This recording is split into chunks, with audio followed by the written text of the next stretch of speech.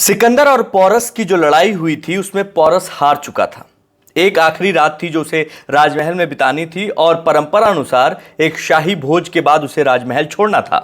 शाम हुई, सब कुछ एकदम बहुत बढ़िया से चल रहा था और सिकंदर को सारा राजपाट सौंपना था। शाही भोज का पूरी तैयारी हो चुकी थी। सिकंदर आया, अपनी सीट पर बैठा, सभी लोग बैठे, सबको भोजन परोसा जाने लगा और सिकंदर की जो थाल थी जब वो आई तो उसमें सिर्फ हीरे जवाहरात थे, खाना नहीं था।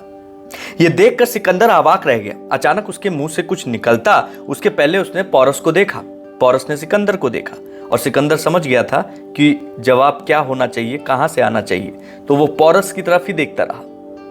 पोरस मुस्कुराया और पोरस मुस्कुरा के सिकंदर के पास पहुंचा और पोरस कहता है कि मुझे ऐसा लगा कि तुम हीरे जवाहरात के लिए ही इतनी दूर से यहां तक आए हो, तो यही खाते भी होगे, तो इसलिए मैंने यही परोसने के लिए अपने सैनिकों से कहा।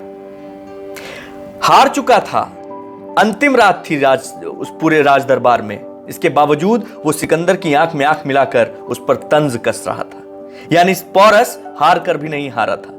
ये एक ऐसी कहानी है जो ये बताती है, सिखाती है कि अगर आप अपने मन से नहीं हारे हैं तो आपने वाकई हार नहीं मानी है, तो आप वाकई हारे नहीं हैं। याद रखिएगा, जब हारा हुआ व्यक्ति अपने आप को हारा हुआ नहीं मानता तो जीता हुआ व्यक्ति अपने जीतने का पूरा मजा नहीं ले पाता। सिकंदर के साथ भी ऐसा ही हुआ। तो आप अगर हार रहे हैं या हार गए हैं तो अपनी हार को बहुत सीरियसली मत लीजिएगा।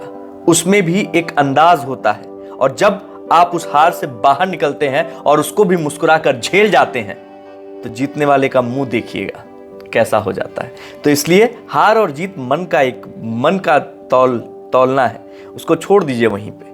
अपनी जिंदगी में अगर कहीं ऑब्वियसली थोड़ा बहुत कुछ होता है, प्लस हुआ तो माइनस भी होगा, माइनस हुआ तो प्लस होगा, इस सोच के साथ में अपने आप को हमेशा पॉजिटिव रखिए।